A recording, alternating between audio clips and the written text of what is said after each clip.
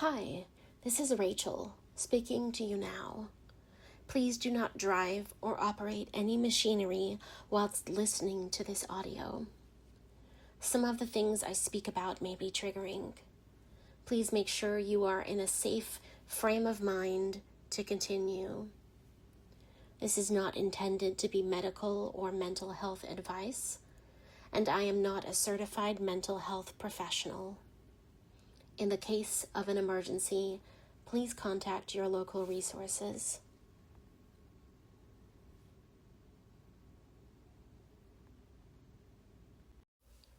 Reflections on past abuse.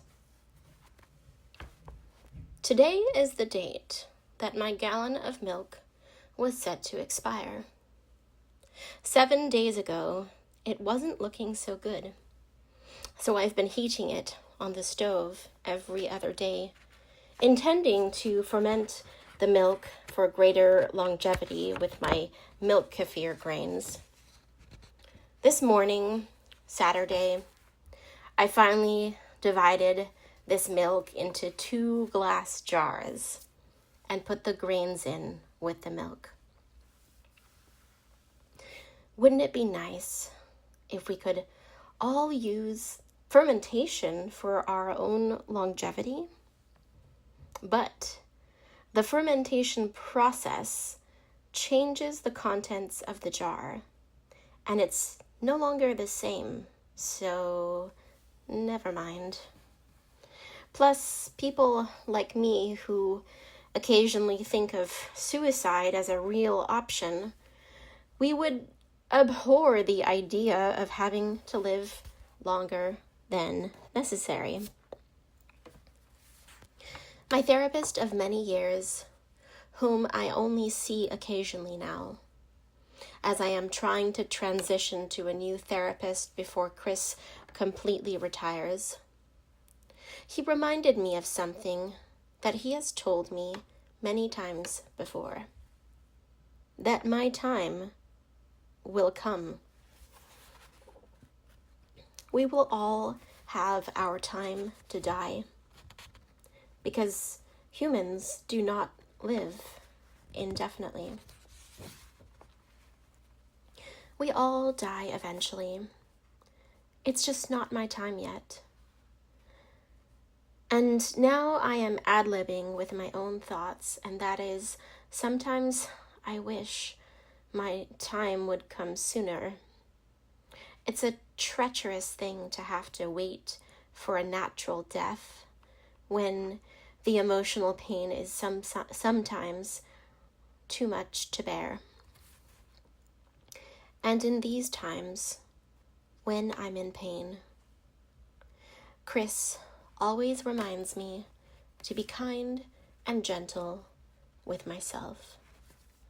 In a calm voice, at the very end of a psychotherapy session, he will say to me, "Now, remember to be kind and gentle with yourself." He knows me so well, because it's just exactly the thing I needed to hear in that moment. I used to fear greatly that Chris was somehow going to leave me. I had fears of abandonment due to my dad dying when I was so young, and my young, ambitious mum leaving for conferences and being gone for her scientific research and experiments in the lab.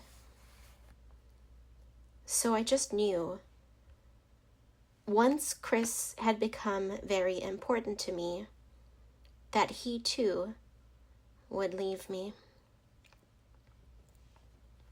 My life motto was that everyone leaves me. That's also a factor of why I stayed in the abusive relationship for too long.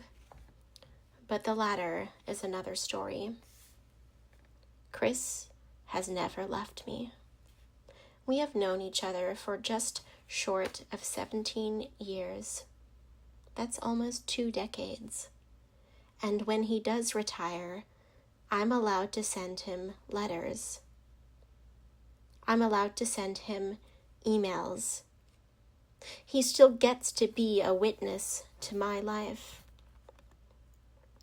Everyone needs a witness to their life. For some people, it's their mom or their God. For me, it's Chris. Chris has known me since I was about 24 years old.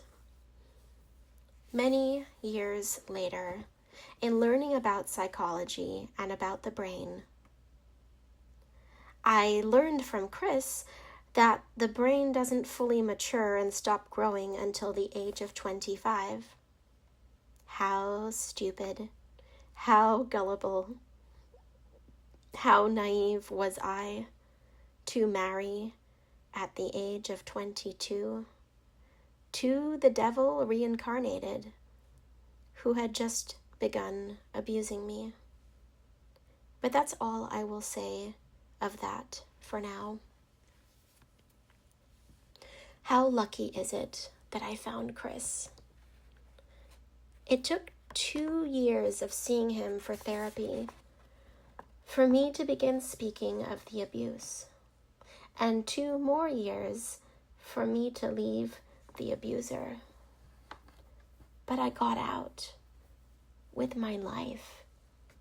I got out alive, which is more than can be said for the women of the world who have died at the hands of their abusers.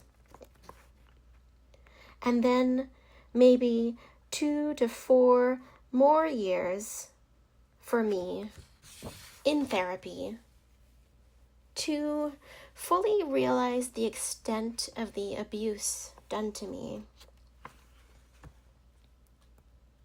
For many years, Chris didn't charge me for therapy.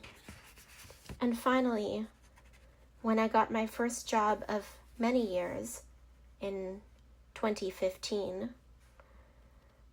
we discussed how much I could start paying him. He gave me a sliding scale fee discount for many years until I was able to use insurance again to pay him. How am I supposed to reconcile all that Chris has done for me?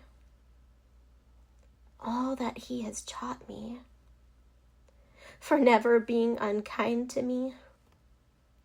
I've asked him many times why he was nice to me. And he says, "Why wouldn't I be nice? You deserve to be treated with kindness." It's just that for about 7 years of my life, I was treated with horrible unkindness. I was battered and torn apart from the inside out in a very literal sense. And so I came to believe I deserved that kind of treatment, the battery, the constant rapes, the meanness of the man who facilitated and committed rapes against my body, against me. It has been over a decade since I left the man who abused me. 13 years this month, to be exact. 12 years of my life I wasted. From age 16 to 28. I met him when I was 12 years old. I was just a child.